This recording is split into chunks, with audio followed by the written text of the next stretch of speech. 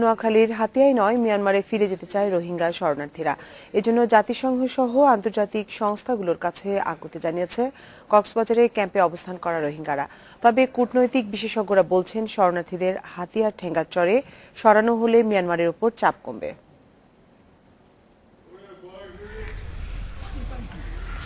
গত বছরের অক্টোবরে মিয়ানমারে নৃশংস হামলার শিকার হয় রোহিঙ্গারা।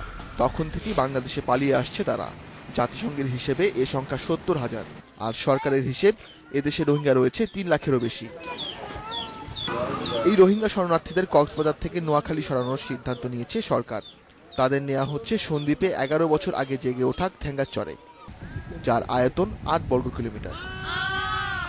এই সিদ্ধান্তে আতঙ্কে রয়েছে শরণার্থীরা, কারণ জলদস্যুদের অভয়ারণ্য হিসেবে পরিচিত দ্বীপটিতে মানুষের বসতি নেই। কোথাও যেতে হলে আমরা নিরাপদ এলাকায় যেতে চাই। শুনেছি সেখানে বাঘ, ভাল্লুক থাকে এবং দ্বীপ এলাকা। ওই দেশ থেকে নির্যাতিত হয়ে এসেছি, এখানেও যদি নির্যাতনের মুখে পড়ি আমরা কোথায় যাব? হাতিয়ার স্থানীয় বাসিন্দারা আশঙ্কা করছেন, রোহিঙ্গারা আসলে অপরাধ বেড়ে যেতে পারে। আশঙ্কা থেকে যাবে তারা যে সমস্ত আন্ডারওয়ার্ল্ড যে অ্যাক্টিভিটিগুলো চালু হয়েছে কক্সবাজার চট্টগ্রামে, সেটা থেকে যাতে আমরা বিরত করতে পারি। সরকারের এই সিদ্ধান্ত পুনর্বিবেচনার তাগিদ দিয়েছেন কূটনৈতিক বিশেষজ্ঞরা। তাদেরকে না ফিরিয়ে নিলে তো আসলে এই সমস্যার সমাধান হচ্ছে না।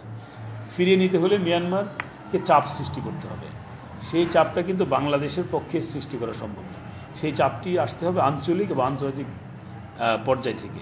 ঠিক যেই সময়টাতে বাংলাদেশ মিয়ানমারের উপরে আন্তর্জাতিক চাপ প্রয়োগ করার ক্ষেত্রে কিছুটা সফলতা অর্জন করেছে, সেই সময়টাতে হাতিয়াতে রোহিঙ্গাদেরকে পাঠানোর পরিকল্পনাটা একটু অসঙ্গতিপূর্ণ মনে হয়েছে।